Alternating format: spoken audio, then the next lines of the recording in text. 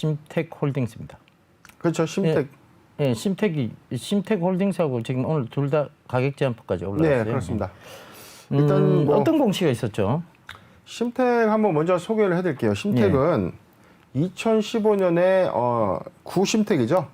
심텍홀딩스로부터 인적 분할해서 설립된 법인이 지금의 이제 심텍입니다. 그러니까 지금은 심텍홀딩스와 심텍 두 개의 이제 회사로 구분이 되는 거고.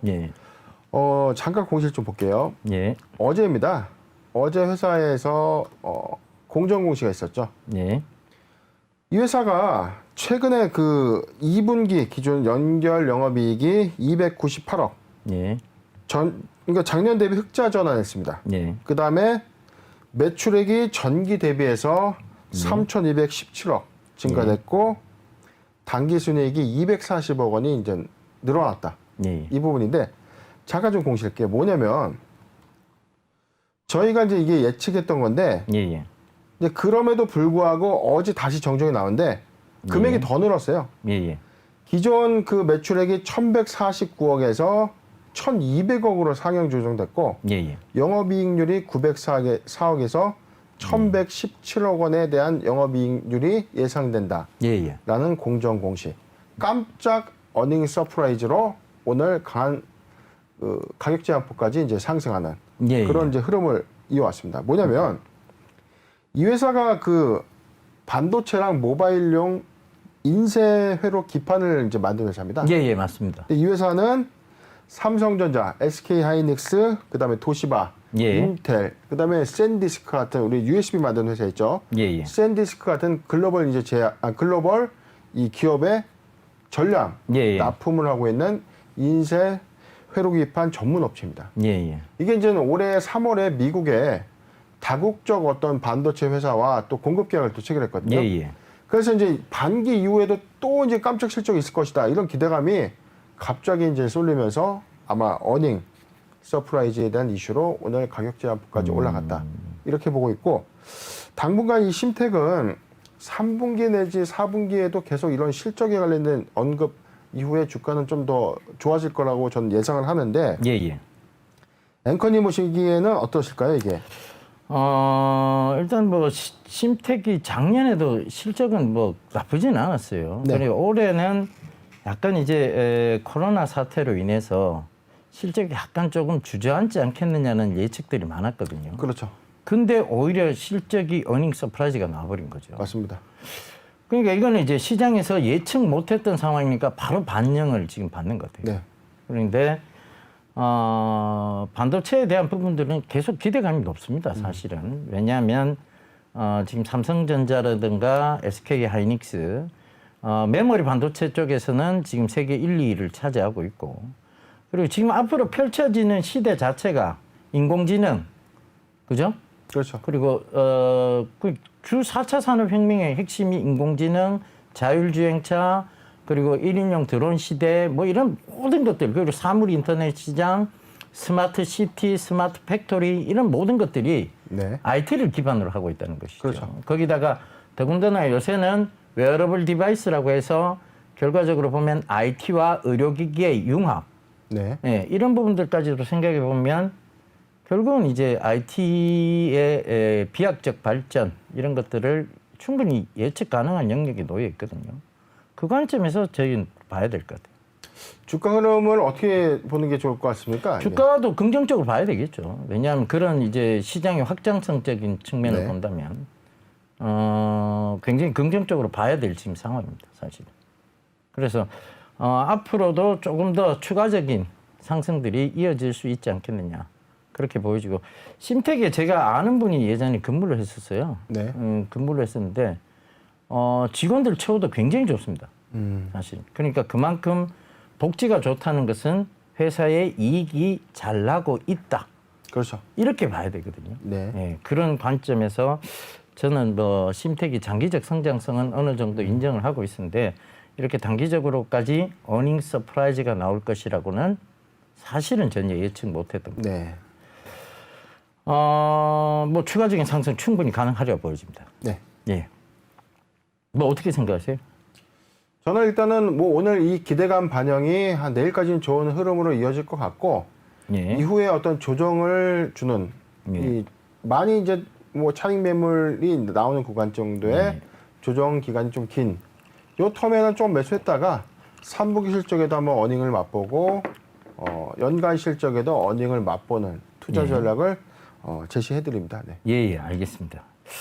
전체적인 뭐 시장의 확장성적인 측면을 고려해 봐야 되는 그런 상황입니다. 그래서 심택 뭐 여전히 긍정적으로 판단을 해야 될 것 같고 저는 뭐 IT 쪽의 비약적 발전은 계속해서 이어지리라고 보여지고 있습니다. 그래서 네.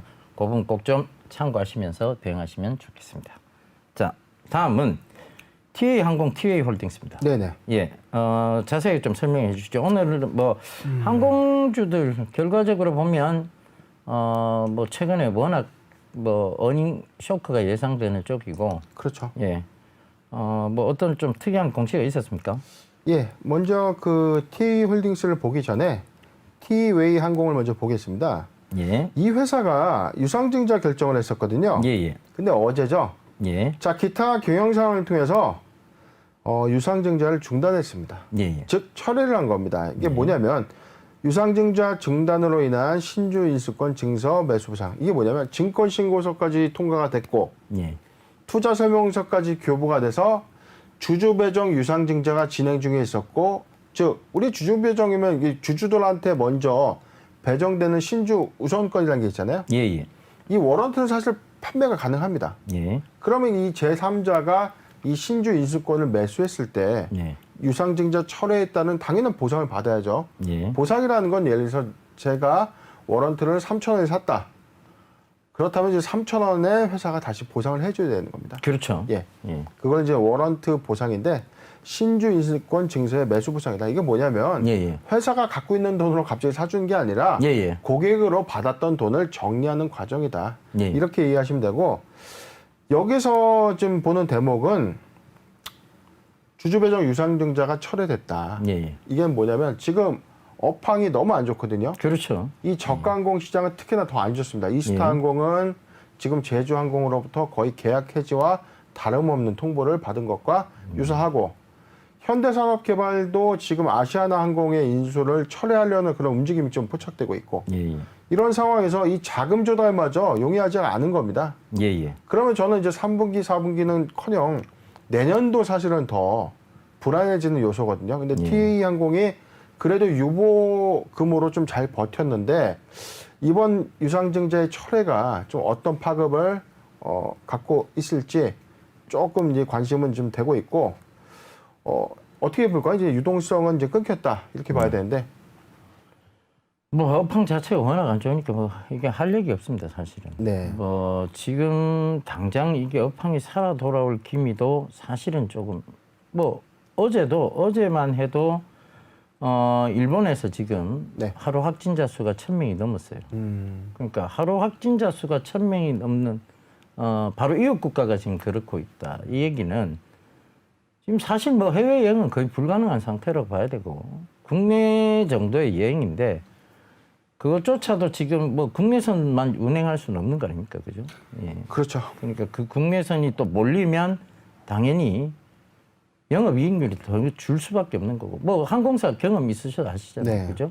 일본에 그때 이제 일본 여행에 대한 뭐 반일 감정 때문에 일본 그렇죠. 여행이 뭐 굉장히 조금 문제가 제한적으로 있었죠. 네. 문제가 있으니까 바로 동남아 쪽으로 몰리면서 그렇죠. 가격 경쟁, 즉 치킨 게임을 해버렸단 말이죠. 맞습니다. 그렇죠?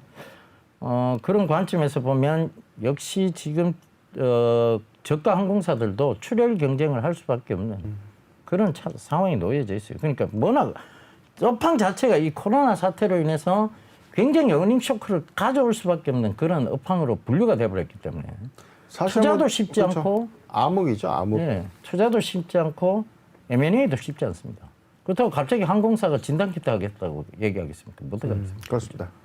그러니까 이제 화물 막 그러니까 이게 승객용 비행기에다가 화물을 싣고 다니고 이런 사태까지 최근에 뭐 기사에서도 많이 나왔습니다. 그죠? 그렇습니다. 예, 그런 사태까지 벌어지고 있는 섹터라서 이게 저가라고 해서 그러니까 가격이 많이 떨어져서 매력적이다 하는 것은 저는 아니라고 보여져요. 일단은 어닝 지금 7월, 8월 어닝 시즌입니다. 어찌됐든. 그렇죠. 그 어닝 시즌 때는 무조건 피해 있어야 될 섹터 아니냐. 그렇게 보여집니다. 여기서 좀 짤막하게 마무리를 하고, 그죠?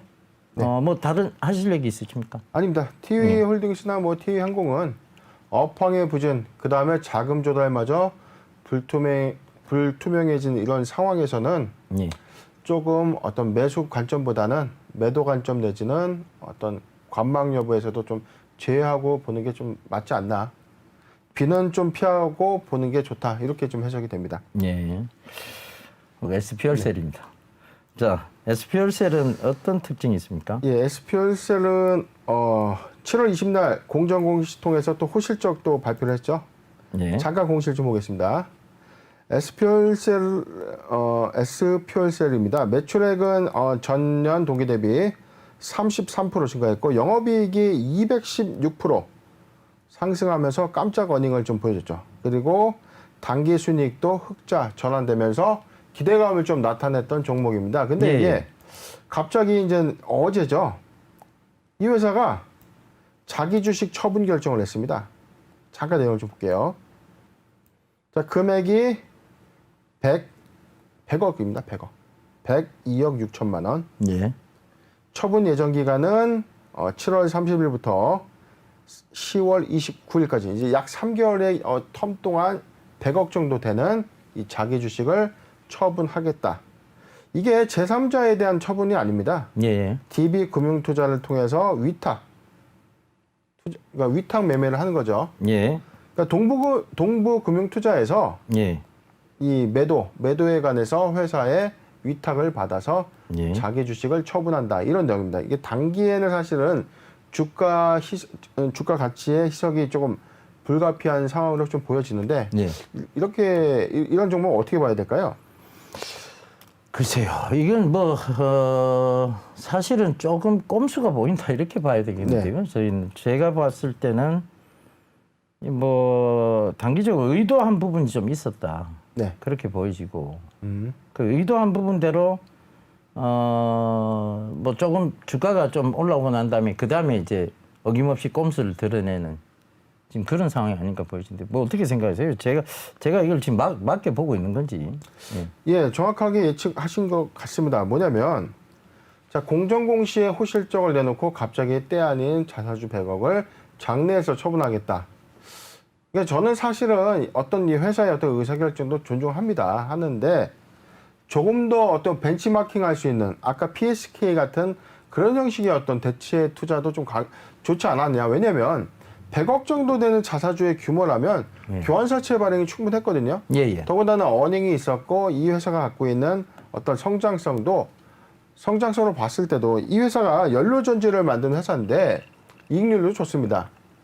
그렇다면은 조금 이게 교환사채라든가 다른 방법의 어떤 재원 조달이 좀 필요한 부분인데 단순하게 호실적에 따른 주가가 최근에 상승하는 흐름 안에서 자기 주식을 허겁지겁 매도하는 것 아니냐 하는 그런 의구심은 좀 있는데 일단은 주가 가치에 대한 희석이 불가피하기 때문에 조정 시 매수 관점보다는 관망하고 있는 것이 좀 좋겠다. 저는 그렇게 해석이 됩니다. 예, 알겠습니다.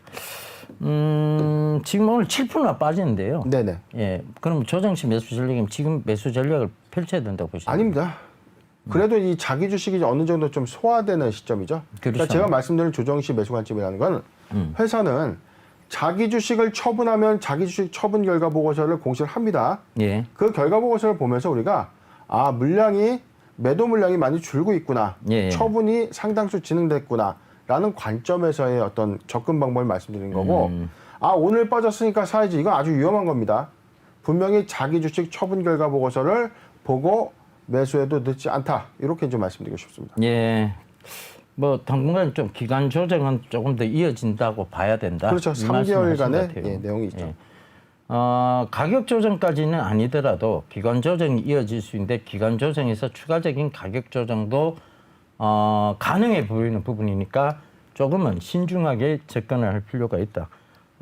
전체적으로 보면 이 회사가 주가 상승을 하는데 즉 앞으로의 미래 성장성에 대한 부분은 의심이 없으나 네. 지금 어찌됐든 자기 주식을 처분하는 과정에서의 기간 조정 그다음에 거기서 추가적으로 이어질 수 있는 가격 조정, 그게 충분히 나온 무렵쯤에 어떤 재매수 타이밍을 잡는 것이 옳은 것이다.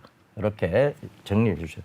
저도 뭐 그 생각엔 동의를 합니다. 그러니까 일단은 뭐 전체적으로 뭐 오늘 많이 빠졌어요. 그렇다고 급하다. 굳이 투자자분들이 그럴 이유가 없죠. 근데 그렇죠. 대다수의 투자자분들이 약간 그런 마음들이 있어요. 빠지면 내가 바칠 수 있다라고 생각하시는 것 같아요. 네. 내가 바칠 수 있다 생각하시는 것 같고 내가 이걸 막을 수 있어 이렇게 생각하시는 것 같아요. 근데 시장은 시장 논리에 어찌됐든 맡겨둬야 됩니다. 네. 그죠?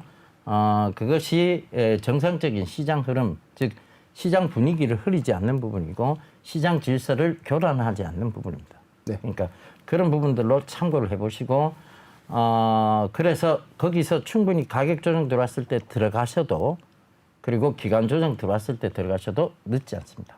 그 점 꼭 좀 참고하시기를 드리도록 하겠습니다. 예, 루마 진실의 시장 여기까지입니다.